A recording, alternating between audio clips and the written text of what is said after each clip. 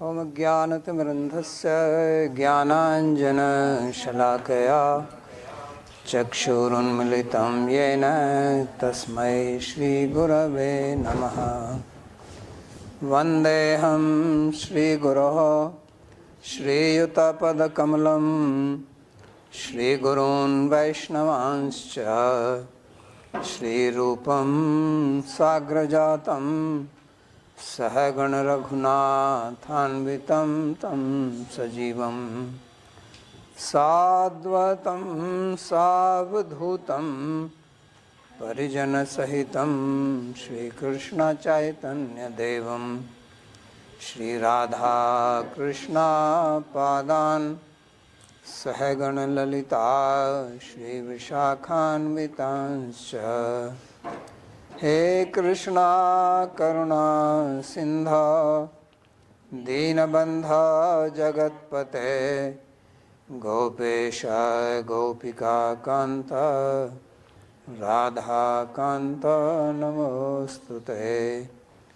तप्त कांचन गौरांगी राधे वृंदावनेश्वरी वृषभानुसुते देवी प्रणमामि हरिप्रिये। नमो महावदान्याय कृष्ण प्रेम प्रदायिने कृष्णाय कृष्ण चैतन्य नाम्ने गौरत्विषे नमः। पंचतत्वात्मकं कृष्णं भक्तरूपस्वरूपकं भक्तावतारं भक्ताख्यं नमामि भक्तशक्तिकं। श्रीकृष्ण चैतन्य प्रभु नित्यानंदा श्री अद्वैता गदाधर श्रीवासदि गौरभक्तवृंदा। हरे कृष्णा कृष्णा कृष्णा हरे हरे हरे राम राम राम हरे हरे। जन्माद्यस्य यतोऽन्वयादितरतश्चार्थसुभिज्ञस्वराट् तेने ब्रह्महृदायादिकवये मुह्यन्ति यत्सूरयः। तेजो वारिमृदां यथा विनिमयो यत्र त्रिसर्गो मृषा धाम्ना स्वेन सदा निरस्तकुहकं सत्यं परं धीमहि। नारायणं नमस्कृत्य नरं चैव नरोत्तमं देवीं सरस्वतीं व्यासं ततो जयमुदीरयेत्। स्वस्ति अस्तु विश्वस्य खलः प्रसीदतां ध्यायन्तु भूतानि शिवं मिथो धिया।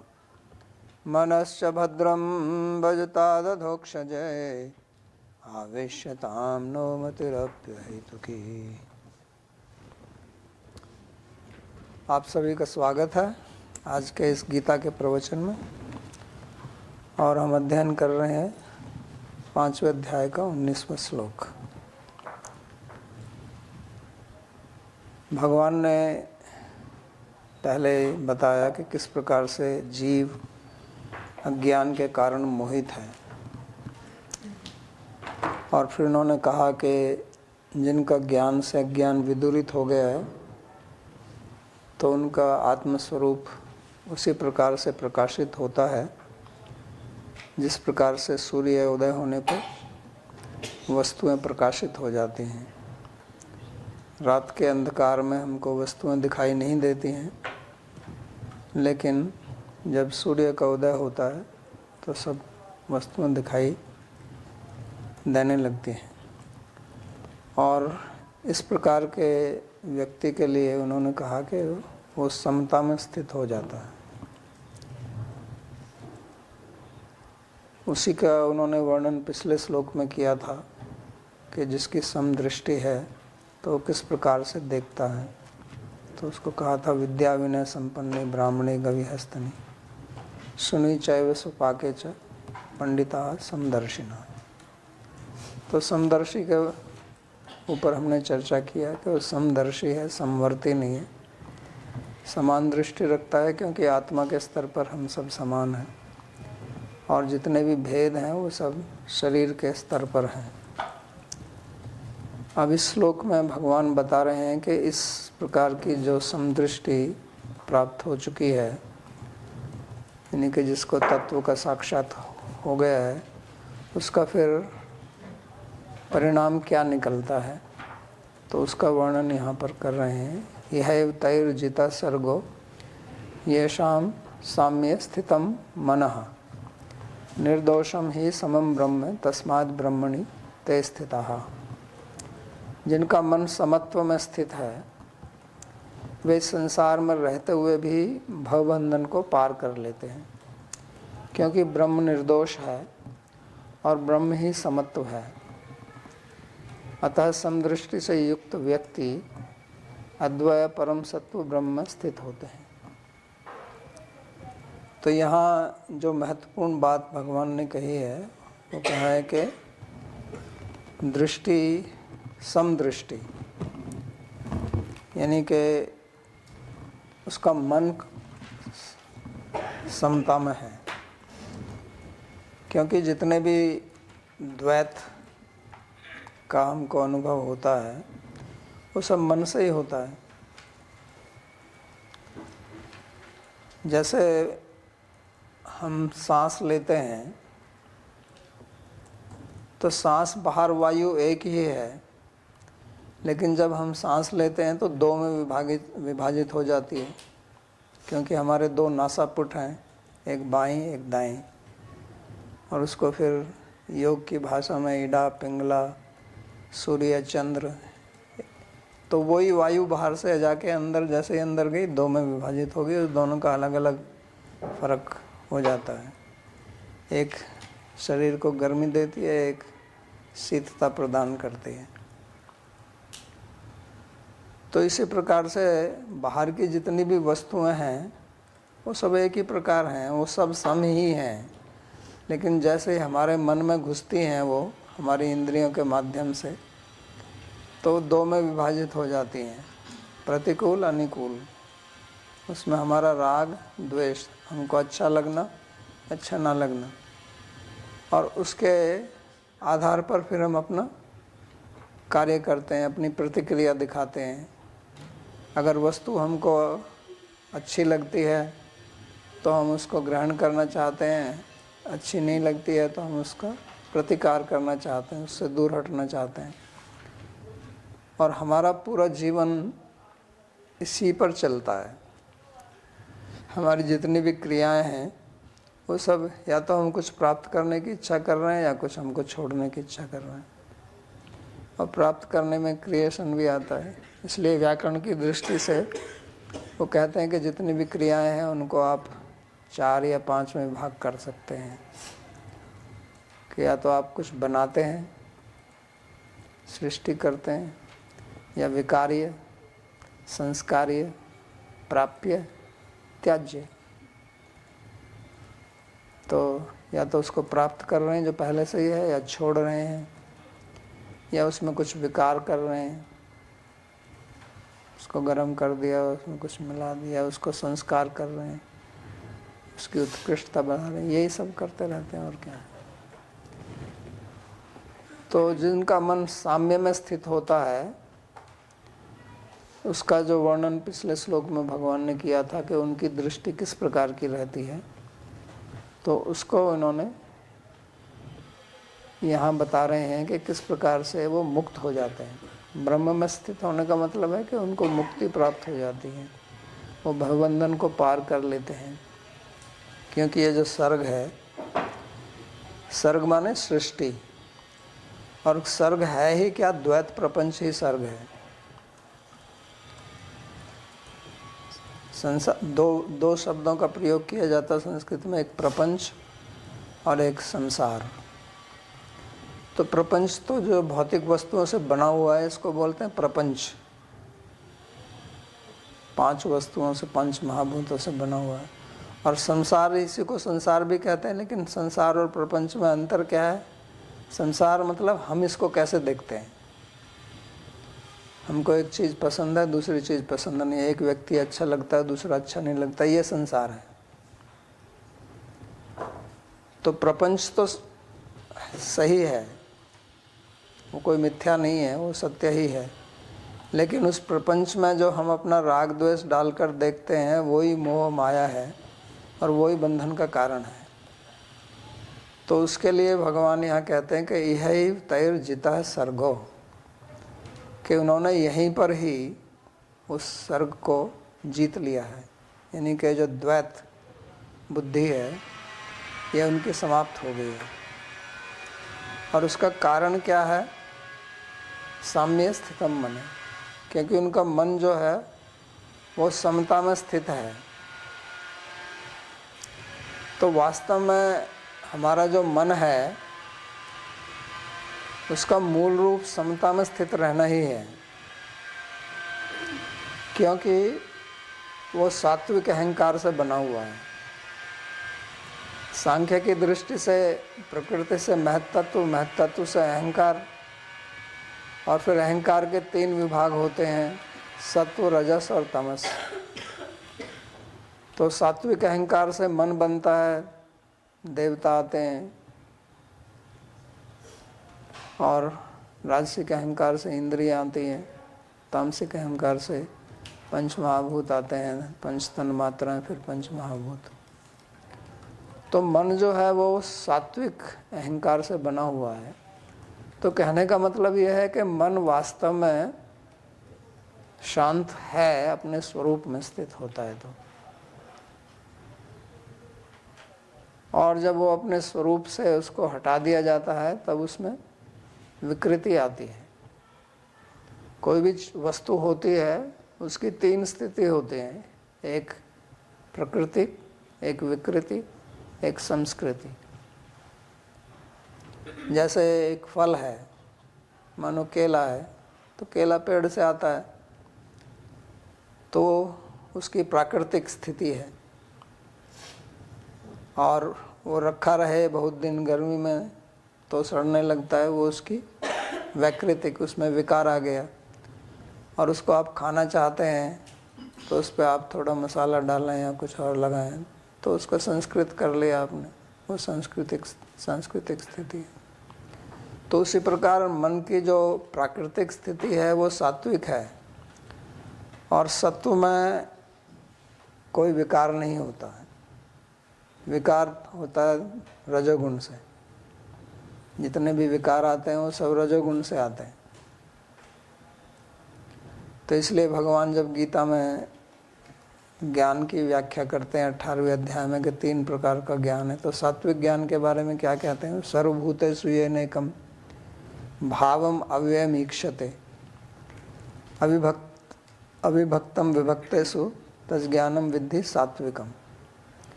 अविभक्तम विभक्तेषु, ये जो विभक्त, ये जो भिन्न भिन्न शरीर हैं, इनमें अविभक्त रूप से देखना कि एक ही ब्रह्म सब जगह स्थित है, जिसको भगवान ने ब्रह्म शब्द से ही कहा है, तो उसको वो कहते हैं कि वो सात्विक ज्ञान है।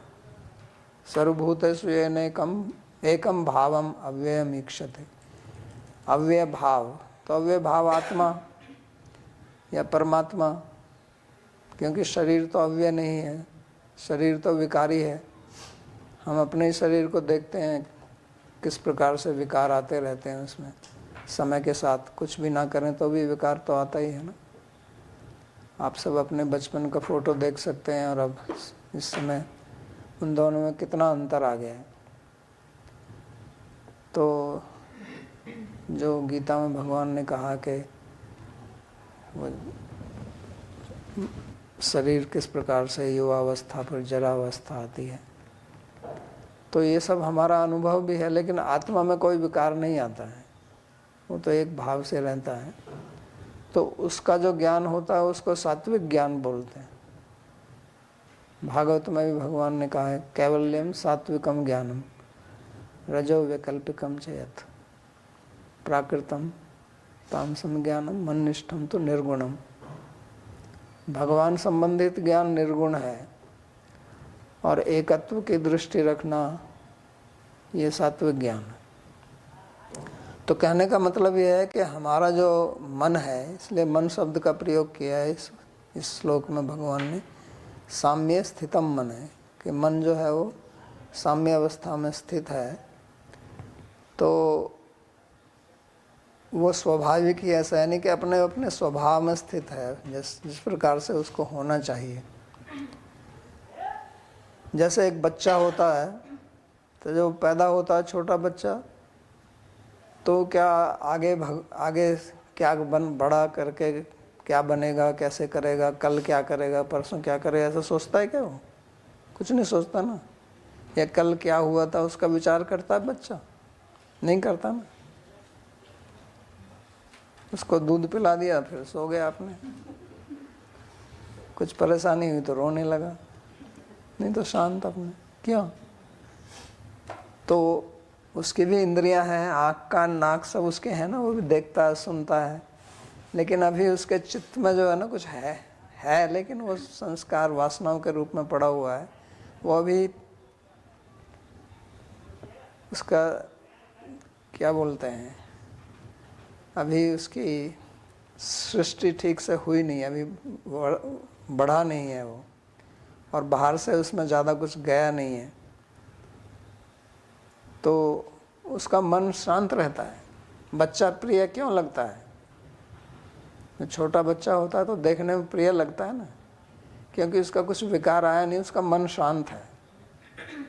जैसे आप बुद्ध की कोई मूर्ति देखते हैं, बुद्ध की कोई पेंटिंग देखते हैं, तो कितना शांत वो दिखता है ना। तो बच्चा इसी प्रकार से होता है। कई बार ऐसा भी बोलते हैं कि बच्चे की तरह हो जाओ आध्यात्मिक मार्ग में। ऐसे बोलते हैं कि आध्यात्मिक मार्ग में मतलब बच्चा बन जाओ। उसका कहने का मतलब ये नहीं कि आप मूर्ख बन जाओ, यानी कि आपका मन बच्चे की तरह शांत हो जाए।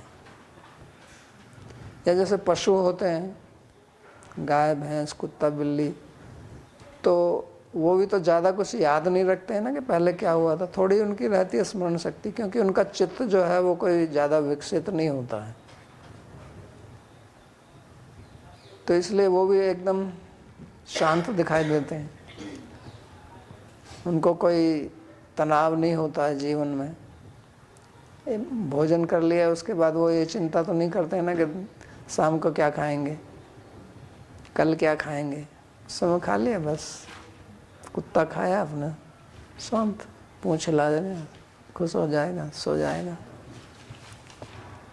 क्योंकि उनका जो चित्त है वो ज़्यादा विकसित नहीं है। एक ऐसा समझे कि चित्त वास्तव में है नहीं। तो इसको आप ऐसे समझ सकते हैं कि जैसे आपका कंप्यूटर है, आपने नया कंप्यूटर खरीदा, तो अभी उसमें आपने कोई ज़्यादा प्रोग्राम वगैरह डाले नहीं हैं, तो उसको आप खोलेंगे तो कुछ आएगा नहीं उसमें। उसका कीबोर्ड है, उसको करोगे तो उसमें टाइप करके दिखा देगा उतना।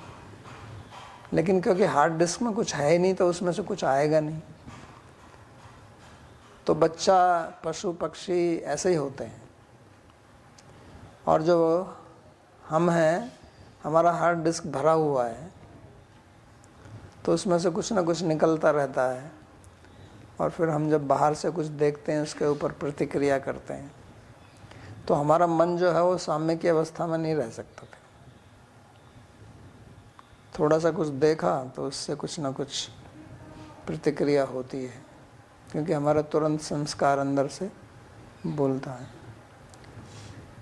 तो यहाँ जो बताया है, यह तैर्जिता सर्गो ये साम्य स्थित मन है, कि ये जो योग है, कर्म योग, ज्ञान योग जो भगवान बता रहे हैं, तो यानी कि आप उस तरह के हो जाओ जैसे बच्चा होता है। आपकी हार्ड डिस्क तो रहेगी, लेकिन उसका आपके ऊपर प्रभाव नहीं पड़ेगा। और ये तब होगा जब आपको अपने आत्मा का अनुभव हो जाएगा। ज्ञान होने का मतलब अनुभव से है यहाँ। उसका आपको जब साक्षात्कार हो जाएगा तो ऐसी स्थिति में आप पहुंच जाएंगे। नहीं तो हमारा जितना भी जीवन चलता है वो केवल हमारे संस्कारों से चलता रहता है और हम वो नए नए संस्कार भी पैदा करते रहते हैं, यानी कि हम अपने को और जकड़ते हुए चले जाते हैं। संस्कार पैदा मतलब जैसे आपको किसी रस्सी से बांधा हुआ है और फिर और रस्सी लपेटते जाओ अपने चारों तरफ, तो हम जितने भी अनुभव करते जा रहे हैं वो अपने चारों तरफ रस्सी लपेट रहे हैं, क्योंकि वो संस्कार हमको फिर कुछ ना कुछ विचार, कुछ इच्छाएं, कुछ भावनाएं हमारे मन में पैदा करेंगे। और उसका मूल कारण क्या है कि हमारे अंदर जब हम शरीर से तादात्म्य बना लेते हैं अज्ञान के कारण, उसका मूल कारण अज्ञान ही है।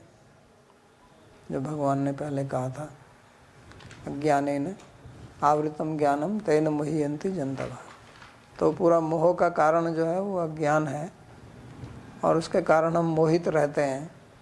मोहित रहने का मतलब कि जो चीज़ जैसी है उसको वैसा ना समझना। तो जिन चीज़ों में सुख दुख कुछ है नहीं उनको हम सोचते हैं कि इससे हमको सुख दुख प्राप्त होगा। यही तो मोह है। इस शरीर को अपना स्वरूप समझना, यही तो मोह है। शरीर है और हम हैं, ये दोनों ठीक हैं, दोनों सत्य वस्तु हैं, इसमें कोई मिथ्या नहीं है। संसार भी मिथ्या नहीं है, लेकिन उसमें किसी में राग करना, किसी में द्वेष करना, और इसका जो मूल आधार है वो हमारा शरीर, शरीर में अपनापन। फिर उसी के आधार पर हम सब कुछ देखते हैं और वही सब भव है, वही संसार है, उसी से बंधन होता। और संसार कुछ नहीं है, बाकी तो प्रपंच है, संसार नहीं है। तो संसार और प्रपंच का यही अंतर है। तो समत्व की स्थिति में रहना यही योग सिखाता है। इसलिए पतंजलि का योग भी यही है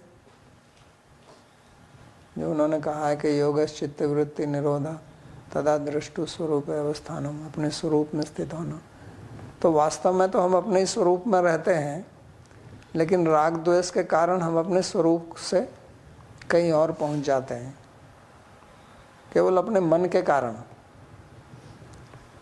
तो ये सब मनोमूलक संसार है, मन से ही है ना सब कुछ। किसी से आप प्रेम करते हैं तो मन से ही है, मन बदल जाए तो प्रेम खत्म। द्वेष करते हैं वो भी मन से ही करते हैं। तो ये सब मन से ही चल रहा है। इसलिए संस्कृत में आदमी को मनुष्य बोलते हैं, मानव बोलते हैं, क्योंकि मन से चलता। तो इस मन को साम्य की स्थिति में कैसे रखना, राग द्वेष से ऊपर उठ के देखना, तो फिर सब समता दिखाई पड़ता है। जैसे हम यहाँ पृथ्वी पर जब चलते हैं तो हमको दिखाई देता है ना कि ये स्त्री है, ये पुरुष है, ठीक है ना। लेकिन अगर आप ऊपर चले जाएं, हवाई जहाज़ में बैठे हुए ऊपर से देखने, तो आपको पता चलेगा कि स्त्री है पुरुष है? नहीं दिखेगा ना। आपको ये पता लगेगा कोई है, कुछ कीड़े मकोड़े चल रहे हैं, लेकिन ये भेद तो नहीं आएगा, सब समान दिखेगा। तो कहने का मतलब ये है कि जब हम इस राग द्वेष से ऊपर उठ जाते हैं तो तब हमको सब समता की दृष्टि आती है। तो उसका मतलब ये नहीं है कि हमको कोई स्त्री पुरुष का भेद मालूम नहीं होगा, लेकिन उससे फिर हमारे मन में जो है वो विकार नहीं होता है कि ये प्रिय है, ये अप्रिय है, इस तरह का विकार पैदा नहीं होता है। तो उसको सम बोलते हैं, समता की स्थिति। और भगवान ने समता के ऊपर बहुत जोर दिया है। दूसरे अध्याय से ही सुखे दुखे समय कृत्वा लाभा लाभो जया जयो, ये कहा ना। सिद्धो सिद्धो समो भूत्वा समत्वम योग उच्यते। यहाँ भी सम, पहले भी आगे भी बहुत बार इस सम शब्द का प्रयोग किया उन्होंने। तो ये सम समता की स्थिति, ये बहुत महत्वपूर्ण है। तो समता का मतलब सम्यक ज्ञान में स्थित होना, क्योंकि संस्कृत में एक शब्द है माँ। माँ का मतलब होता है ज्ञान। प्रमा शब्द सुना ना, प्रमा। प्रमा का मतलब क्या होता है? ठीक ज्ञान। वो प्रातः उपसर्ग है, माँ ही है वो तो। और माँ के साथ में जो हो वो सम। तो इसलिए मन को समता में लाने का मतलब माने सम्यक ज्ञान की स्थिति में लाना, वही ये भी एक अर्थ है। और दूसरा, माँ का अर्थ लक्ष्मी भी होता है। माधव का मतलब लक्ष्मी के पति। धव माने पति, माँ माने लक्ष्मी, माधव माने लक्ष्मीपति। तो सम का मतलब होता है जो लक्ष्मी के साथ है। मया लक्ष्म्या सह सम, नारायण विष्णु। तो साम्य में स्थित होना मतलब भगवान में स्थित होना, उनकी गोदी में बैठ जाना। तो वास्तव में तो हम भगवान की गोदी में ही बैठे हुए हैं, सब कुछ उन्हीं के अंदर है। लेकिन ये हमारी दृष्टि नहीं है इस प्रकार की, हम ऐसा सोचते नहीं हैं, इसलिए सारी समस्याएं आती हैं। तो फिर सब विषमता पैदा हो जाती है। तो जैसे जड़ भरत था तो समता की स्थिति में था, उसके भाइयों ने उसको खेत पे रख दिया रखवाली के लिए। तो वहाँ रखवाली तो करता नहीं था, जो चिड़िया आ गई तो खाने दो, इनको भी खा लेने दो भाई। फिर उसको भगा दिया। तो एक जंगल में जो व्यक्ति था उसको पकड़ के देवी का बलि चढ़ाने के लिए ले गए। तो वहाँ उनके साथ भी चला गया वो, उसको खिलाया पिलाया, नए कपड़े पहनाए, ठीक है। तो उसको जब बलि देने लगे तो देवी जो है वो सहन नहीं कर सकी, तो उनको सबको मार दिया प्रकट होके। फिर ये जंगल में घूम रहे थे और रहुगण की पालकी का एक आदमी बीमार हो गया, तो उसको पकड़ के लगा दिया, उसमें भी लग गए, क्योंकि वो सब इस संसार की दृष्टि से ऊपर उठे हुए थे। तो इस तरह की स्थिति संभव है। हालांकि वो भगवान ऐसा नहीं कह रहे हैं कि आप भी ऐसे ही बन जाओ। हमारे भक्ति मार्ग में हमें सेवा करनी है, तो हमें समता की स्थिति में होकर सेवा करनी है। और सेवा वास्तव में समता की स्थिति में होकर ही होगी, नहीं तो हम राग द्वेष से करेंगे। इसने मेरी सेवा ले ली, ये ऐसे क्यों करेगा, मैं ये क्यों करूँगा, वो राजनीति चलते हैं ना फिर। तो संगीत जो है वीणा से तभी निकलता है जब तार जो है, जो ना तो ज़्यादा खींचे हुए हों और ना ज़्यादा ढीले हों, तभी उससे संगीत निकलता है। तो हमारा मन भी ना ज़्यादा राग से खिंचा है, ना ज़्यादा द्वेष से। राग से ढीला होता है, द्वेष से खींचता है।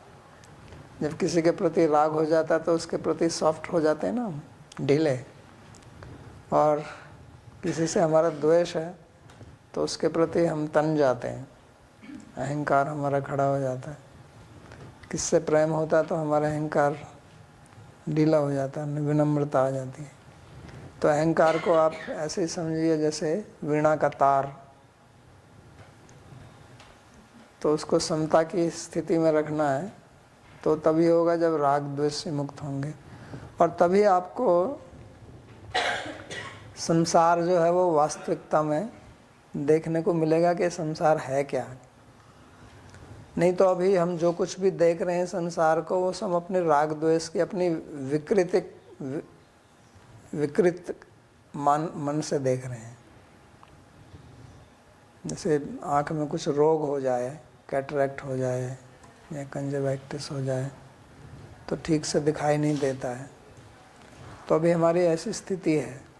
जैसे दीवार पर अगर कुछ लिखा हुआ है, अगर आपको उसे पढ़ना है तो आपको अपना सिर स्थिर रखना पड़ेगा, तभी तो पढ़ सकते हैं ना।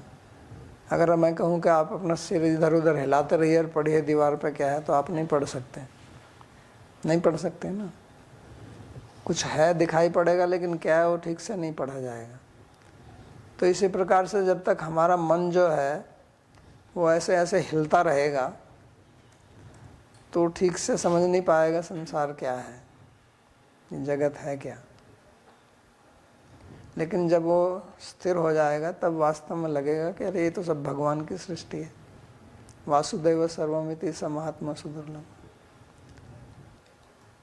तो वो दृष्टि हमें तभी आएगी, यही तय वृजित सर्गो ये साम्य स्थित मन, जब मन साम्य में स्थित होगा।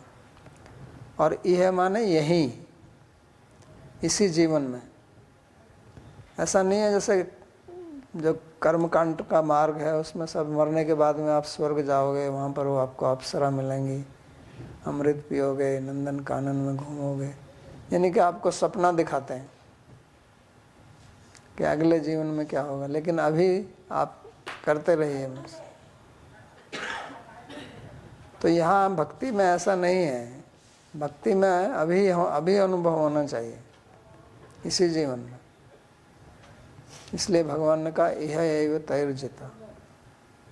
और तय में बहुवचन का प्रयोग किया है उन्होंने, तो उसका मतलब है कि बस बहुत लोग, ऐसा नहीं कि एक दो, सबके लिए संभव है।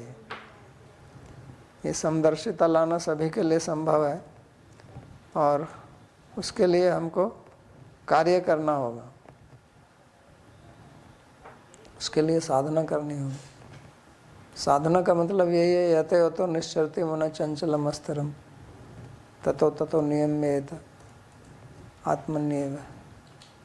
तो जहाँ जहाँ मन जाता है, राग और द्वेष के कारण इधर उधर भागेगा वो, तो उसको खींच के लाना कि भैया इधर ही आ जाओ, बैठ जाओ, शांत हो जाओ, दौड़ो मत। कोई आपको यहाँ ओलंपिक रेस नहीं लगानी, मैराथन में नहीं जाना आप। तो नहीं तो मन हमारा मैराथन में ही रहता है, दिन में भी, रात को भी, सोते समय भी, हर समय कुछ ना कुछ। तो इस विषमता को छोड़ेंगे तभी वीणा का संगीत निकलेगा जीवन में, तभी आनंद आएगा। आनंद कहीं बाहर से नहीं आएगा। तो निर्दोषम ही समम ब्रह्म। ब्रह्म जो है वो निर्दोष है। निर्दोष माने निर्विकार है, उसमें कोई विकार होता नहीं है। आत्मा में नहीं होता। भगवान ने कहा ना अविकार्यो अयम् उच्यते। तो आत्मा के स्तर पर ही विकार नहीं है, ब्रह्म में संभावना ही नहीं है। तो ब्रह्म का मतलब है शुद्ध आत्मा भी है।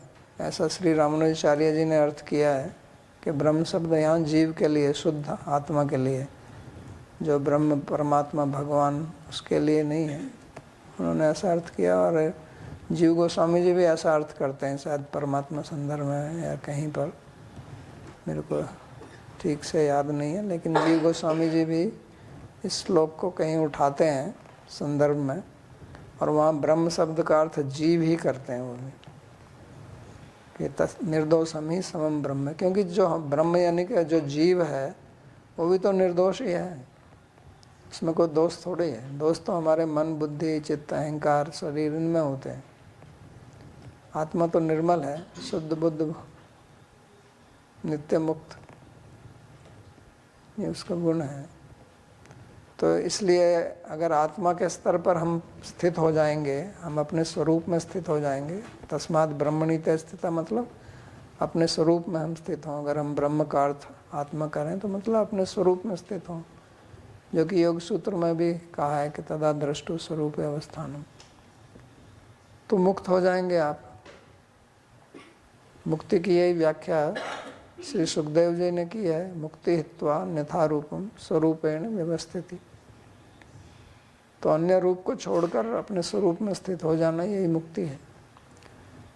तो अन्य रूप है क्या? अन्य रूप यही है कि हम अपनापन तादात्म्य में किसी वस्तु से कर लेते हैं। शरीर से अपना तादात्म्य कर लिया तो हम अपने स्वरूप से अलग हट गए। और जब भी हम अपने स्वरूप से अलग हटेंगे तब विषमता आएगी और दुख आएगा और कष्ट आएगा। ये सिद्धांत है। अनुभव की भी बात है। आप अपने स्वरूप से भिन्न, शरीर को भी आप अपने आप मानते हैं और स्वरूप का भी अपना एक स्वभाव है। उस स्वभाव के विरुद्ध काम कीजिए, आपको बड़ा कष्ट होगा। स्वभाव के अनुसार काम कीजिए, आपको आनंद आएगा। तो उसी प्रकार हमारा स्वरूप तो आत्मा है, तो आत्मा के स्तर पर अगर हम काम करते हैं, हमारी दृष्टि आत्मा के स्तर पर रहती है, तो हमें बहुत आनंद आएगा। और उसको छोड़कर हम अपने को शरीर समझने लगें, जड़ पदार्थ समझने लगें, तो हम दुख का बीज तो हम स्वयं ही बो रहे हैं। तो ये अज्ञान ही दुख का बीज है। तो इसलिए यहाँ पर ये कहा है कि तस्मात् ब्रह्मणि ते स्थिता, क्योंकि वो ब्रह्म में स्थित हैं और ब्रह्म निर्विकार है, तो इसलिए वो उनका मन समता में रहेगा। मन में कोई विषमता, कोई विकार कुछ नहीं आएगा। तो इसका जो ऐसा व्यक्ति जिसका मन जो है वो समता में स्थित है, वो फिर संसार में किस प्रकार से व्यवहार करता है, उसका वर्णन आगे वाले श्लोक में भगवान करते हैं। और आगे वाला श्लोक को ऐसे भी देख सकते हैं कि जो सिद्ध पुरुष है वो किस प्रकार से संसार में व्यवहार करता है, और उस व्यवहार के अनुरूप साधक को साधना करनी पड़ेगी। तो ये आगे वाला श्लोक जो है ये दोनों तरफ से देखा जा सकता है कि एक साधक को किस प्रकार से साधना करनी है और सिद्ध किस प्रकार से स्वाभाविक ऐसे चलता है। तो न प्रहस्येत प्रियम प्राप्य नोद्विजेत प्राप्य च प्रियम स्थिर बुद्धिरसम्मूढ़ो ब्रह्मविद ब्रह्मणि स्थितः। जो ब्रह्मज्ञानी ब्रह्म में स्थित है, जिसकी बुद्धि स्थिर है और जो मोहित नहीं है, वह न तो प्रिय को पाकर प्रसन्न होता है और न अप्रिय को पाकर व्याकुल होता है। तो यहाँ पर न प्रहस्येत, उसका अर्थ तो होता है कि हर्षित नहीं होना चाहिए, लेकिन इसका अर्थ न प्रहस्यति, वो हर्षित नहीं होता है, ऐसा किया जाता है अगर हम इसको सिद्ध पुरुष की दृष्टि से देख रहे हैं, जैसा कि प्रकरण चल रहा है। और जो साधक है उसके लिए प्रहस्यत इसको नहीं होना चाहिए, इनके उसको इस प्रकार की विकार, इस प्रकार की प्रतिक्रिया नहीं करनी चाहिए। तो यहाँ उसको प्रसन्न नहीं होना चाहिए या प्रसन्न नहीं होता है, इसका मतलब क्या है कि जब हमको कोई अनुकूल परिस्थिति, अनुकूल वस्तु, अनुकूल व्यक्ति मिलता है तो हमको आनंद आता है, हम प्रसन्न होते हैं। और प्रतिकूल परिस्थिति, प्रतिकूल व्यक्ति, प्रतिकूल वस्तु मिलती है तो हमको उससे द्वेष होता है, हमको अच्छा नहीं लगता है। तो सिद्ध पुरुष यानी जिसका मन समता में स्थित हो गया, वो इस प्रकार नहीं करता है। इसका मतलब यह है कि अनुभव तो उसको भी होता है, प्रतिकूल क्या है, अनुकूल क्या है।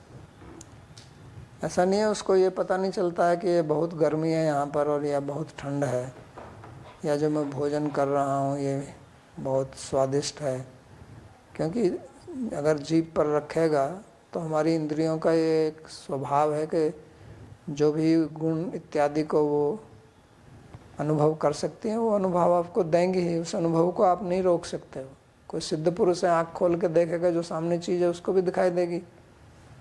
कुत्ता देखता है, कुत्ते को भी दिखती है वही। सामने पेड़ है तो कुत्ते को भी दिखता है पेड़ है, मनुष्य को भी दिखता है, और कोई सिद्ध पुरुष है उसको भी दिखेगा। लेकिन उसकी प्रतिक्रिया अलग अलग होती है उनके भाव के अनुसार। एक एव पदार्थस्तु त्रिधा भवति विकसिता। तो एक ही वस्तु जो है वो तीन प्रकार से दिखती है। एक ही कोई युवा स्त्री है, एक योगी देखता है कुणपा, और मांस, कुत्ता उसको देखकर मांस का टुकड़ा। योगी देखता है कि ये तो एक थैला है जिसमें बहुत चीज़ें अंदर भरी हुई हैं। और कोई युवक देखता है तो उसको भोग्य वस्तु समझता है। तो वस्तु में तो एक ही है, वो तीनों के लिए अलग अलग बदल नहीं गई है, लेकिन वो भाव के अनुसार उसको अलग दिखाई देती है। तो योगी को भी युवा स्थिति तो दिखाई देगी ही, लेकिन उसका फर्क नहीं पड़ेगा। जब सुखदेव गोस्वामी जा रहे थे और कुछ युवा स्त्रियां तालाब में स्नान कर रही थी, तो ऐसा नहीं है कि उसने उनको देखा नहीं, ऐसा तो नहीं है कि उसको दिखाई नहीं पड़ा एक है यहाँ पर, लेकिन उसके मन में कोई विचार कोई विकार नहीं हुआ, क्योंकि उनका मन जो है वो ब्रह्म में स्थित था। साम्य स्थितम निर्दोषमी समम ब्रह्म, वो तो ब्रह्मनिष्ठ ज्ञानी पुरुष थे, तो कोई उसके ऊपर कोई विकार नहीं हुआ, सीधा जैसे चल रहा था वैसे ही चलता रहा। जैसे अगर एक कुत्ता वहाँ से निकलता और युवा स्त्रियाँ स्नान कर रही हैं, तो कुत्ते के ऊपर क्या कोई असर पड़ेगा क्या? वो अपने चलता जाएगा जीभ को निकालते हुए। तो सुखदेव भी ऐसे ही निकल गए। लेकिन एक साधारण युवा पुरुष निकलेगा तो तुरंत उसके मन में कुछ हलचल पैदा हो जाएगी, उसका मन करेगा इधर देखूं, उससे बात करूं। तो यहाँ पर यही बताया गया कि उनका कुछ अप्रिय और प्रिय कुछ इस प्रकार की प्रतिक्रिया नहीं होती है वस्तु मिलने पर। अजामिल ने भी देखा था, वो भी जंगल में गया था लकड़ी लाने के लिए, और एक पुरुष और युवती को अर्धनग्न अवस्था में देखा, तो उसका मन कितना बदल गया। और सुखदेव ने भी देखा। तो अजामिल का मतलब यही है, अजा माने माया, तो माया में मिला हुआ था। और सुखदेव जो तो पक्षी की तरह ऊपर उड़ता, राग द्वेष के ऊपर उड़ता है ना पक्षी, तो सुखदेव है। तो दोनों में यही दिखाया गया है कि किस प्रकार से उनका व्यवहार कैसा होता है। तो हमारा शरीर, हमारी इंद्रियां, हमारा मन, हमारी बुद्धि, इनके ऊपर जो है वस्तुओं का, संबंधों का, विचारधाराओं का, परिस्थितियों का अनुकूल और प्रतिकूल प्रभाव पड़ता है। अगर वो अनुकूल हैं तो हमको प्रिय लगती हैं, प्रतिकूल हैं तो अप्रिय लगती हैं। और फिर जो प्रिय लगती हैं तो उसको हम ग्रहण करना चाहते हैं, अप्रिय लगती हैं तो हम त्यागना चाहते हैं। और इस प्रकार से हम अपनी समता से अलग हो जाते हैं। और अगर हम समता की स्थिति में रहेंगे तो ठीक है, अनुकूल है उसको भी देख लिया, प्रतिकूल है प्रतिकूल को भी देख लिया, और आगे बढ़ते गए, तो उनके हृदय में कोई विकार नहीं होता है। वो एक प्रकार से साक्षी रूप में बने रहते हैं। गुणा गुणेषु वर्तन्ते इति मत्वा न सज्जते, जो भगवान ने पहले कहा कि गुण गुणों में बरत रहे हैं। गुण माने इंद्रिया और गुण माने विषय। तो इंद्रिया अपने विषयों में बरत रही हैं, देख रही हैं, मेरे को इनसे कुछ लेना देना नहीं है, तो इनसे अलग वो अपने बने रहते हैं। अब दूसरी बात यह है कि वास्तव में अनुकूल क्या होता है, प्रतिकूल क्या होता है, इसकी व्याख्या करना भी कठिन है, क्योंकि ये कोई नियत नहीं है कि जो अनुकूल है वो अनुकूल ही रहेगा। कोई चीज़ आपको आज अनुकूल लगती है, कल अनुकूल नहीं लगेगी। आध्यात्मिक मार्ग में आने से पहले हमको कितनी चीज़ें अनुकूल लगती थी, आज वो हमको अनुकूल नहीं लगती हैं। ऐसा होता है ना। हम एक प्रकार का भोजन करते थे, हमारा एक प्रकार की जीवन शैली थी, एक प्रकार की हमारी मित्र मंडली थी, तो आज उसमें हमारी रुचि नहीं है। तब हमको वो बहुत अच्छी लगी थी। बचपन में जो चीज़ें हमको अच्छी लगती थी, जो अनुकूल लगती थी, अब वही खिलौने आपको ला के दे दें अभी तो कहेंगे ये क्या है, मैं कोई बच्चा हूँ क्या। तो इसलिए क्या अनुकूल है वो भी कोई स्थिर नहीं है, वो भी बदलता रहता है समय के अनुसार, समय परिस्थिति के अनुसार। जो भोजन आपको सुबह अच्छा लगता है वो रात को नहीं अच्छा लगता, और आयुर्वेद के अनुसार भी, और जो लोग आजकल क्या उनको डाइटिशियन बोलते हैं, उनके अनुसार भी वो कहेंगे ये भोजन रात को मत करो, ये सुबह करो। तो इसलिए मतलब कुछ अनुकूल जो एक काल में, काल विशेष में अनुकूल है, वही दूसरे काल में प्रतिकूल हो जाता है। ऋतु के अनुसार अनुकूल प्रतिकूल हो जाता है। जो भोजन गर्मी में अनुकूल होता है, सर्दी में प्रतिकूल होता है। हमारी अवस्था के अनुसार जो बचपन में हमको अनुकूल था, वो वृद्धावस्था में अनुकूल नहीं होगा, ऐसा संभव है। और एक ही काल में, एक ही स्थान पर ही वही चीज़ हमको खाते खाते फिर प्रतिकूल भी हो जाती है। जब आपका पेट भर गया, आप कहो और खा लो, ये तो आपने कहा था कि बहुत अच्छी है, और ले लो थोड़ी, तो वही प्रतिकूल हो जाएगा। तो इसलिए अनुकूल क्या है, प्रतिकूल क्या है, इसकी व्याख्या करना ये बहुत मुश्किल है। आपके अंदर किसी वस्तु या व्यक्ति को प्राप्त करने की बहुत उत्कट कामना है, तो वो आपको प्रिय लग रही है, इसलिए तो आप उसको प्राप्त करना चाहते हैं। फिर मानो मिलने की संभावना खत्म हो जाए कि ये तो संभव ही नहीं है, तो वही वस्तु आपको अप्रिय लगने लगेगी, उसी से द्वेष भी हो जाएगा। फिर आपको स्त्री पुरुष, युवा युवती आपस में एक दूसरे के प्रेम में पड़ते हैं, बहुत प्रिय लगते हैं एक दूसरे।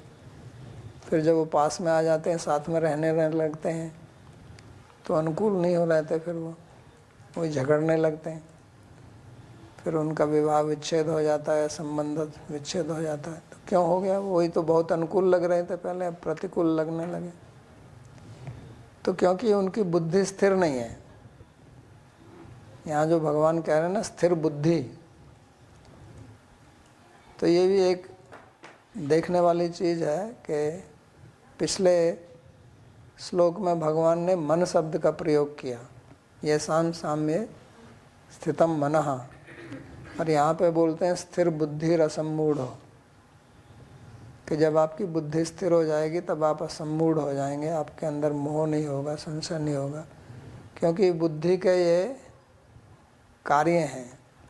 संशय कौन पैदा करता है? बुद्धि करती है। अगर कोई बिल्कुल मूर्ख, निपट मूर्ख व्यक्ति है, तो उसके मन में संशय थोड़ी होगा। वो तो पशु की तरह है, उसको जो दे दिया खा लिया। अब पशु हैं तो रोज़ उसे वही भोजन खाए जाते हैं, उनको ऐसा तो नहीं लगता कि अरे क्या रोज़ रोज़ वही भोजन खा खा के बोर हो गए। कहते हैं ना, दादा क्या है वही बना देता रोज।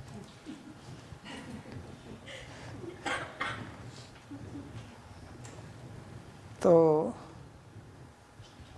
बुद्धि ये सब करती है।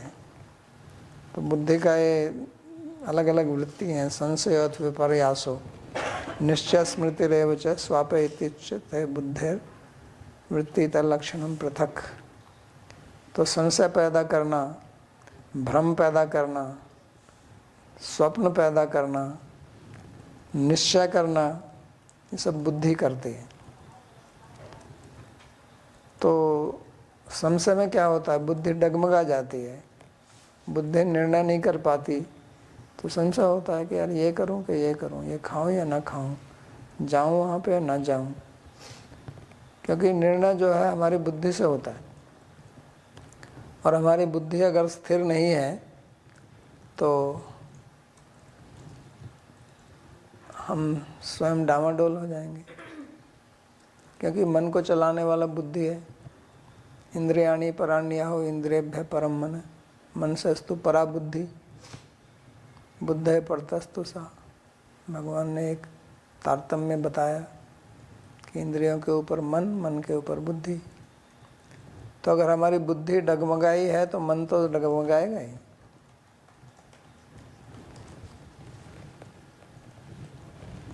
तो अगर ड्राइवर गाड़ी का है, मन जो है वो स्टीयरिंग की तरह है, इंद्रियां जो है वो गाड़ी के पहिए हैं, और जो उसका चालक है, ड्राइवर है, वो बुद्धि है।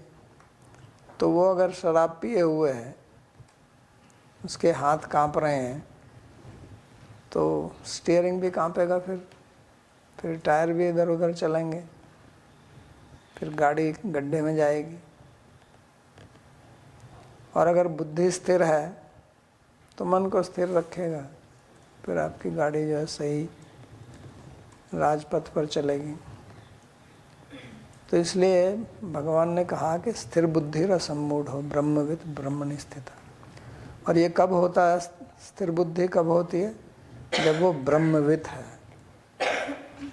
यानी कि उसको ब्रह्म का अनुभव हो गया है। क्योंकि जब आपको ब्रह्म का, आत्मा का, भगवान का साक्षात्कार हो जाता है तो फिर आपके सब संशय विनष्ट हो जाते हैं। विद्यते हृदय ग्रंथि छिद्यन्ते सर्व संशया क्षीयन्ते चास्य कर्माणि दृष्ट्वा आत्मनि ईश्वर। तो फिर आपके कर्म समाप्त हो जाते हैं, संशय खत्म हो जाते हैं और हृदय ग्रंथि कट जाती है। यानी कि हमारा जो आत्मा को, शरीर को हम अपना आत्मा समझ रहे थे तो वो अब समाप्त हो जाता है, क्योंकि अभी आपको अनुभव हो गया कि मैं कौन हूँ। आपको अपने स्वरूप का ज्ञान हो गया तो फिर आप असम्मूढ़ हो जाते हैं। यही असम्मूढ़ अर्थ का ब्रह्मविद ब्रह्मणि स्थित है, फिर वो ब्रह्म में स्थित हो जाते हैं। तो उनका मन, उनका बुद्धि, उनका चित्त जो है फिर वो कँपाते नहीं है विषय को देखकर। अभी विषय को देखकर हम काँप जाते हैं, हिलने लगते हैं। तो वास्तव में अभी हमारी मन और बुद्धि को नियंत्रित करने वाला जो कंट्रोल है वो हमारे हाथ में नहीं है। जैसे रिमोट कंट्रोल होता है ना, तो आप दूर से ही उस चीज़ को नियंत्रित करते हैं। तो इसी प्रकार में वो कंट्रोल करने वाला हमारे हाथ में ना हो के विषयों में पड़ा हुआ है। तो किसी ने आपको एक प्रशंसात्मक शब्द बोल दिया कि आप तो बहुत सुंदर हैं, और आप भी सुंदर नहीं है, इतना कह दिया आपकी शर्ट तो बहुत बढ़िया, कहाँ से लिया है इसकी, तो उसी से आप प्रसन्न हो गए। और किसी ने एक गाली दे दी, एक अपशब्द बोल दिया, तो उसी से हिल गए। तो हम दूसरों के शब्दों से ही हिल जाते हैं। शब्द है क्या, केवल थोड़ी एक तरंग है आकाश में, और तो कुछ नहीं है ना शब्द, लेकिन वो कितना गहरा चोट करती है अंदर जाके कि हमको पूरा हिला देती है। हमारा मन, हमारी बुद्धि, हमारा चित्त सब कुछ कांपने लगता है। और अगर क्रोध हो जाए तो शरीर भी कांपने लगता है, तो सब हिल जाता है ना। तो इसका मतलब हमारे शरीर का, हमारे मन बुद्धि चित्त का नियंत्रण जो है हमारे हाथ में नहीं है, दूसरों को दिया हुआ है। दूसरे हमारी प्रशंसा कर दें तो हम एक प्रकार से डगमगाने लगते हैं, दूसरे हमारी निंदा कर दें तो दूसरे प्रकार से डगमगाने लगते हैं, और कोई प्रशंसा ना करे, निंदा ना करे तो भी डगमगाने लगते हैं। कह रहे इसने तो मेरे को देखा ही नहीं, इसने तो मेरे को हेलो ही नहीं कहा। उससे भी तो हो जाता है, इसने मेरे को हरि बोल नहीं बोला। तो हम अपने आप में स्थित नहीं हैं और छोटी छोटी चीज़ों से हम उद्वेलित हो जाते हैं। तो फिर हम ऐसी मन बुद्धि चित्त से हम भगवान को कैसे प्राप्त कर सकते हैं? भगवान तो स्थिर हैं और हम इन चीज़ों से अस्थिर हो रहे हैं, तो हम स्थिर वस्तु को प्राप्त नहीं कर सकते। और वास्तव में अगर हमको स्थिर, अपनी बुद्धि को स्थिर करना है तो उस बुद्धि को हमें स्थिर वस्तु में ही लगाना पड़ेगा। जब तक हमारा मन बुद्धि चित्त अहंकार जो है वो अस्थिर वस्तुओं में लगा रहेगा तो हम अस्थिर ही रहेंगे। और इस संसार की जितनी भी चीज़ें हैं सब अस्थिर हैं। यहाँ के व्यक्ति भी अस्थिर हैं, संबंध भी अस्थिर हैं, वस्तुएं भी अस्थिर हैं, क्रियाएं तो हैं ही अस्थिर। तो उनमें अगर हम आसक्त रहेंगे, उनमें अगर हम राग द्वेष रहेंगे तो हम तो अस्थिर रहेंगे। इसलिए इस श्लोक में जो स्थिर बुद्धि शब्द है, इसका श्री रामानुजाचार्य जी ने ऐसा ही अर्थ किया है। स्थिर आत्मनि बुद्धि यस्य सा स्थिर बुद्धि, ऐसा अर्थ उन्होंने किया है। स्थिर शब्द का अर्थ उन्होंने आत्मा किया है, क्योंकि जिनकी बुद्धि आत्मा में है वो स्थिर बुद्धि है। यानी कि जब तक हमारी बुद्धि आत्मा, परमात्मा, भगवान इसमें नहीं लगेगी तब तक वो अस्थिर रहेगी, क्योंकि बाहर की जितनी भी वस्तुएं हैं वो सब अस्थिर ही हैं। तो अगर आप गाड़ी पर चढ़ जाएं और गाड़ी चल रही है तो आप भी तो चलेंगे ना उसके साथ में। तो इसलिए अगर हम अपनी बुद्धि को किसी अस्थिर वस्तु के ऊपर रख दें तो भी अस्थिर हो जाएंगे। और उसको अगर हमको स्थिर करना है तो जो चीज़ स्थिर है उसमें उसको बुद्धि को लगाएं। इसलिए भगवान गीता में क्या कहते हैं, मयि एव मन आधत्स्व मयि बुद्धिर निवसिष्यसि मयि एव अतो ऊर्ध्वं न संशय। कहते हैं अपना मन मेरे में लगाओ, अपनी बुद्धि मेरे में दो, फिर आप स्थिर हो जाओगे, इसमें कोई संशय नहीं है। तो इसलिए फिर क्या होगा, जब आपकी बुद्धि भगवान में लग जाएगी तो ये जो विषय हैं वो अनुकूल प्रतिकूल आते रहेंगे, आप उनसे हिलेंगे नहीं, क्योंकि आपकी बुद्धि उनमें नहीं है ना।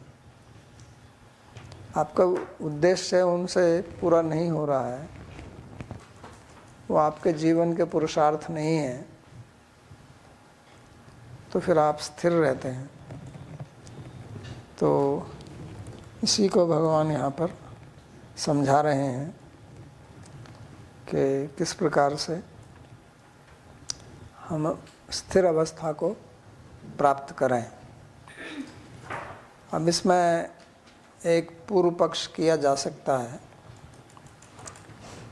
और वो पूर्व पक्ष ये है कि कोई व्यक्ति है, वो मूर्छा की अवस्था में चला गया या सुषुप्ति की अवस्था में है, तो उसकी तो बुद्धि स्थिर रहती है नहीं रहती? नहीं, क्योंकि अब बाहर से तो उसको कुछ मिल नहीं रहा है, तो अंदर वो सुषुप्ति की अवस्था में है तो उसकी बुद्धि तो स्थिर है, वो स्वप्न भी नहीं देखता है। सुषुप्ति माने स्वप्न अवस्था के ऊपर वाली अवस्था। हमारी 3 प्रकार की अवस्था है, जागृत अवस्था, स्वप्न अवस्था और सुषुप्ति अवस्था। तो जागृत और स्वप्न में तो हमारे मन बुद्धि चलते रहते हैं, लेकिन सुषुप्ति में तो वो नहीं है, वो तो स्थिर है। तो क्या वो भी ब्रह्मविद हो गया अभी? क्या वो ब्रह्म में स्थित हो गया? नहीं, वो असम्मूढ़ है अभी, असम्मूढ़ नहीं है, सम्मूढ़ है। इसलिए ये शब्द बहुत महत्वपूर्ण दिया, स्थिर बुद्धि असम्मूढ़। नहीं तो स्थिर बुद्धि तो बच्चा भी हो सकता है, एक छोटा बच्चा है, स्थिर बुद्धि है, क्या है उसको? तो कुछ कर नहीं रहा, मन उसका शांत है। पशु पक्षी भी हो सकते हैं स्थिर बुद्धि, लेकिन वो सम्मोहित हैं। तो इसलिए यहाँ पर ये शब्द महत्वपूर्ण है जो भगवान ने कहा कि असम्मूढ़ है। तो असम्मूढ़ माने वो अब मोहित अवस्था में नहीं है, वो अपने शरीर या शरीर संबंधी वस्तुओं को अपना नहीं मानता है। मैं और मेरा, शरीर को मैं मानना, शरीर को मेरा मानना, शरीर संबंधित वस्तुओं को मेरा मानना, यही मोह के कारण है। तो क्योंकि वो ब्रह्मविद है, ब्रह्मवेद ब्रह्मैव भवति, तो वो अभी असम्मूढ़ है। तो इसलिए इसको पहले भी भगवान ने कहा था, एषा ब्राह्मी स्थिति पार्थ नैनम प्राप्य विमुह्यति स्थित्वा स्यामंत काले भी ब्रह्म निर्वाणम रिच्छति। उन्होंने कहा था कि हे पार्थ, हे अर्जुन, ये ब्राह्मी स्थिति है, यानी कि वो व्यक्ति अब ब्रह्म में स्थित हो गया, और इसको प्राप्त करने के बाद फिर उसका मोह नहीं होता है, न विमुह्यति। तो क्योंकि मोह का कारण जो है वो राग द्वेष है। ध्यायतो विषयान पुंसः संगस्ते सुपजायते संगात संजायते काम कामात् क्रोधो विजायते क्रोधात् भवति सम्मोह। तो वहाँ सम्मोह होता है विषयों के कारण। तो जो ब्रह्म में स्थित हो गया है उसके लिए कोई मोह नहीं है। इसलिए उपनिषद में कहा तत्र का शोक का मोह है एकत्व अनुपश्यता। जिसकी ब्रह्म दृष्टि है, एकत्व माने समानता की दृष्टि है, तो उसको मोह और शोक किस चीज़ से हो सकता है। तो इसलिए वो प्रिय को पाकर प्रसन्न नहीं होता है और अप्रिय को पाकर व्याकुल नहीं होता है। तो ऐसा अभ्यास हमको करना है। वो तो नहीं होता है लेकिन हम होते हैं। तो इसको हमें समझना है कि हमको ऐसा नहीं होना चाहिए। हमको अपने मन को साम्य की स्थिति में रखना है, अपनी बुद्धि को स्थिर रखना है। और वो तभी संभव है जब हम अपनी मन और बुद्धि को भगवान के चरणों में समर्पित करें, अपने शरीर, इंद्रिय, वाणी, इनको उनकी सेवा में लगाएं, तो फिर ये स्थिर हो जाएगा। तो आज का प्रवचन ही समाप्त करते हैं। किसी का कोई प्रश्न हो तो पूछ सकता है।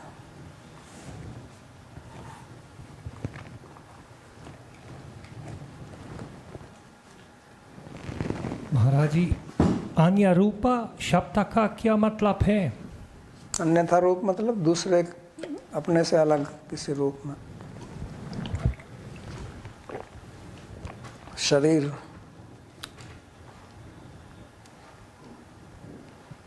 और कोई प्रश्न? ठीक है।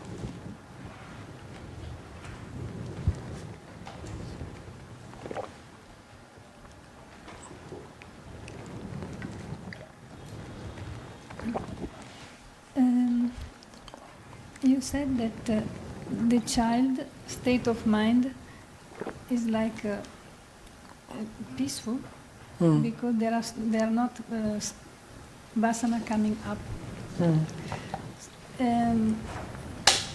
Now I want to relate that with the fact that the state of mind when we leave the body gives us the next birth. So then all this quantity of samskaras of the current life, they are still there in the child.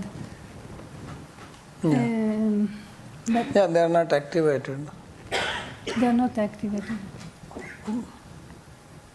Okay, because also I heard from you that you said that the child is very fixed. क्योंकि उसको कुछ विकरार करने के लिए कुछ मसाला होना चाहिए ना, वो है नहीं। इसको ऐसे समझ लीजिए जैसे आजकल एक रोग बहुत प्रचलित है, डिमेंशिया। ठीक है ना, वृद्धावस्था में हो जाता है। तो जिसको बहुत गहरा डिमेंशिया हो गया है तो उसका मन क्या है, स्थिर रहता है, कुछ ज़्यादा फर्क नहीं पड़ता, अपने खा लिया, सो लिया, खत्म कहानी। लेकिन इसका ऐसा तो नहीं है कि वो संस्कार उसके अंदर नहीं है, वासना नहीं है, पर अब वो उसको उपलब्ध नहीं हो रहे हैं। उनको ऐसा समझ लीजिए कि उनको निष्क्रिय कर दिया गया है, डीएक्टिवेट।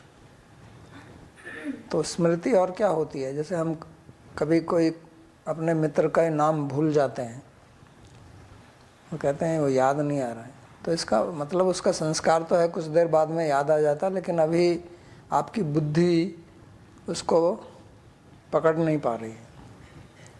तो डिमेंशिया में ऐसा परमानेंटली हो जाता है कि पुराने जितने भी अनुभव हैं उनको पकड़ नहीं पाते हैं। बुद्धि में कुछ विकार इस प्रकार का आ जाता है, उसकी शक्ति कम हो जाती है, तो वो उनको नहीं पकड़ पाते, तो उनको याद नहीं रहता। तो इसलिए उनसे कोई निश्चिंत रहते हैं। जो चीज़ें, जो वस्तुएं उनको परेशान करती रहती थी, अब उनका विचार ही नहीं आता। तो बच्चा इसी प्रकार से रहता है। एक प्रकार से सोचिए कि डिमेंशिया की स्टेट में, पूर्व जन्म में जो भी उसने किया था वो कुछ उसकी स्मृति में नहीं है, उसकी बुद्धि उनको नहीं पकड़ती है। क्योंकि जब आपका जन्म होता है तो जितने भी आपके कर्म होते हैं, संचित कर्म, उनमें से थोड़े कर्म को निकाल कर, जिसको प्रारब्ध कर्म बोलते हैं, उसके अनुसार आपको जन्म मिलता है। बाकी आप उनको देख नहीं सकते, वहाँ तक पहुँच ही नहीं सकते हैं। तो जिस प्रकार से आपका कर्म जो है वो फल देगा इस जीवन में, उस प्रकार से वो वासनाएं उद्बुद्ध होती जाएंगी। अभी आप बच्चे हैं तो आपके शरीर में कुछ योग्यता ही नहीं है करने की, तो विचार आ भी जाए तो उससे लाभ क्या होगा? कुछ नहीं होगा। आप चल नहीं सकते, बोल नहीं सकते, कुछ नहीं कर सकते। जैसे जैसे आप बड़े होंगे तो आपके अंदर वासनाएं आने लगती हैं, फिर जब युवा होता है।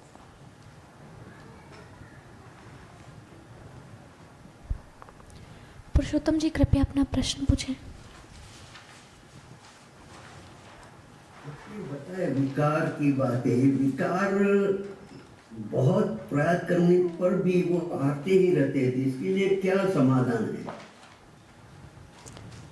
नहीं, समाधान तो ऐसा है कि जब हमारा किसी वस्तु में मन एक प्रकार से आसक्त हो जाता है तो फिर दूसरी चीज़ों से वैराग्य हो जाता है। ठीक है ना? जैसे मानो एक साधारण युवा है, वो इधर उधर देख रहा है, सब कुछ चल रहा है, फिर रहा है, बहुत उसके विचार आ रहे हैं, फिर वो किसी एक युवती के प्रति आकर्षित हो जाता है, तो उसकी विचारधारा फिर उसी में घूमती है और बाकी चीज़ें उसके मन में नहीं आती फिर। तो इसलिए यहाँ जो जैसे रूप गोस्वामी जी कहते हैं, आदौ श्रद्धा तथा साधु संगत भजन क्रिया तथा निष्ठा रुचिस्तत है। तो रुचि आसक्ति जब होती है तो उसके बाद में मन फिर कहीं जाता नहीं है। या गीता में भगवान ने जो कहा कि निराहारस्य विषया विनिवर्तन्ते निराहारस्य दयिन रसवर्जम रसोप्यस्य परम दृष्टवा निवर्तते। परम दृष्टवा का मतलब जो आपको थोड़ा अनुभव हो जाता है तो फिर वो छोड़ देते हैं। क्योंकि उसका कारण क्या है कि हमारा मन जो है वो कुछ आनंद चाहता है, इसलिए वो स्वतः ही आकर्षित होता है उन चीज़ों से जिनसे हमको आनंद मिलने की संभावना है या जिनसे हमको आनंद मिला है पहले। तो उसका वो स्वभाव बना हुआ है कि उन्हीं का बारे में सोचना, उन्हीं को प्राप्त करना। जैसे मैंने कहा ना कि हमारा जीवन जो है इन्हीं में ही चलता है, राग द्वेष की पटरी पर ही चलता रहता है। तो उस विषय को बदलना है। जो गीता में भगवान कहते हैं मयि एव मन आदत्सः मयि बुद्धिम निवेशय, और वो कहते हैं अगर ये नहीं कर सकते हो तो उसका अभ्यास करो। अभ्यासेप्यसमर्थ अर्थोऽसि, तो अभ्यास नहीं कर सकते तो मेरे लिए कर्म करो। तो यही पद्धति है, और तो कोई है नहीं इसकी पद्धति। उसमें ऐसा लगता है कि जैसे catch-22 बोलते हैं, which one comes the first and looks like it's a cycle. नहीं, उसमें catch-20 नहीं है, फर्स्ट तो आया ही हुआ है। फर्स्ट तो हमारे पास है, विषयों के प्रति हमारा राग और कुछ विषयों के प्रति द्वेष, तो वो तो हमारे पास है। उसको तो हटा के हमको दूसरा लाना है। तो इसमें catch-22 कैसे कहते हैं?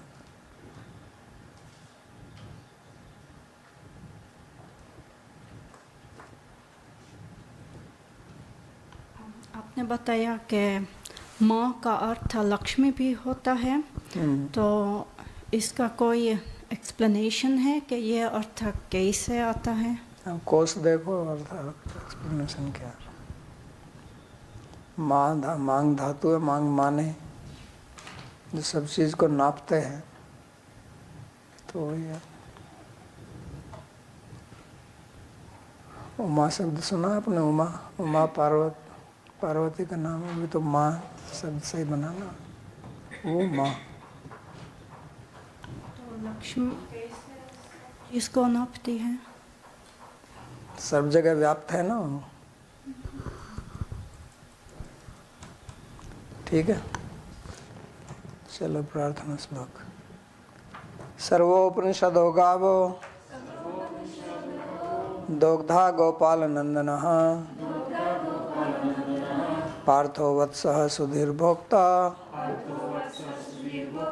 दुग्धम गीतामृतम महत्।